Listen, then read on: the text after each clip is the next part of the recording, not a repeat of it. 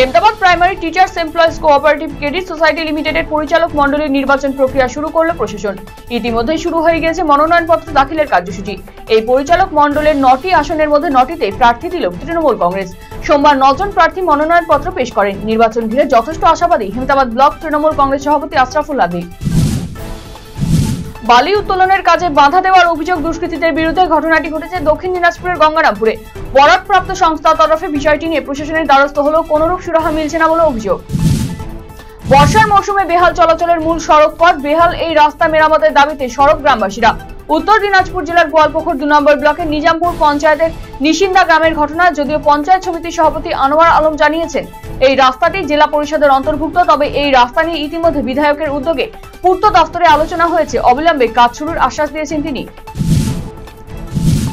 যথাযোগ্য মর্যাদায় উদযাপিত হল রায় সাহেব ঠাকুর পঞ্চানন বর্মার তিরোধান দিবস। সোমবার কালিয়াগঞ্জে ধনকৈলের পঞ্চানন মোড়ে রায় সাহেব ঠাকুর পঞ্চানন বর্মার আবক্ষ মূর্তিতে মাল্যদান করেন রায়গঞ্জের সাংসদ কার্তিক চন্দ্র পাল। এদিন অন্যান্যদের মধ্যে উপস্থিত ছিলেন বিজেপি কাউন্সিলর বিভা সাহা সহ অন্যান্যরা। আরসিটিভি সংবাদে খবরে জেনে বেহাল রাস্তা পাকা করল পঞ্চায়েত দপ্তর। কিছুদিন আগে ইটাহার থানা মারনাই অঞ্চলের মারনাই গ্রামের বেহাল রাস্তার খবর সম্প্রচারিত হয় আরসিটিভি সংবাদে। পঞ্চায়েত প্রধান আঞ্জুরা বিবি আশ্বাস দেওয়ার পর অবশেষে বেহাল রাস্তা প্রায় 2.5 লক্ষ টাকা ব্যয় কংক্রিটের করে সাধারণ মানুষের চলাচলের সমস্যা মেটালো মারনাই পঞ্চায়েত দপ্তর। শিশু পাচার রোধে সোমবার কালিয়াগঞ্জ রেল স্টেশনে লোকাল ট্রেনে তল্লাশি চালালো জেলা শিশু সুরক্ষা ইউনিট। এদিন কালিয়াগঞ্জ স্টেশনের রাধিকাপুর তেলতা ডেমু ট্রেনে এই তল্লাশি অভিযান চালানো হয়।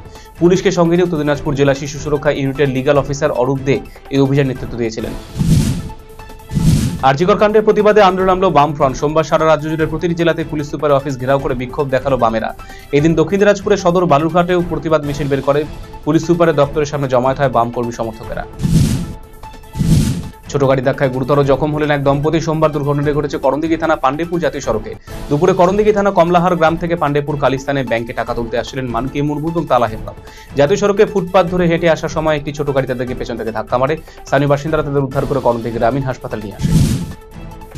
ব্লকে ভোট গ্রহণ কেন্দ্রের সংখ্যা বৃদ্ধি নিয়ে হেমতাবাদ বিডিও অফিসে বিডিও নেতৃত্বে অনুষ্ঠিত হল সর্বদলীয় বৈঠক। বিভিন্ন রাজনৈতিক দলের প্রতিনিধিদের নিয়ে বৈঠক করেছেন বিডিও। সোমবার দুপুরে বিডিও দপ্তরে একটি বৈঠক অনুষ্ঠিত হয়। সেখানে বিডিও সুদীপ পাল, জয়েন্ট বিডিও রৌনক রায় সহ অন্যান্যরা উপস্থিত ছিলেন।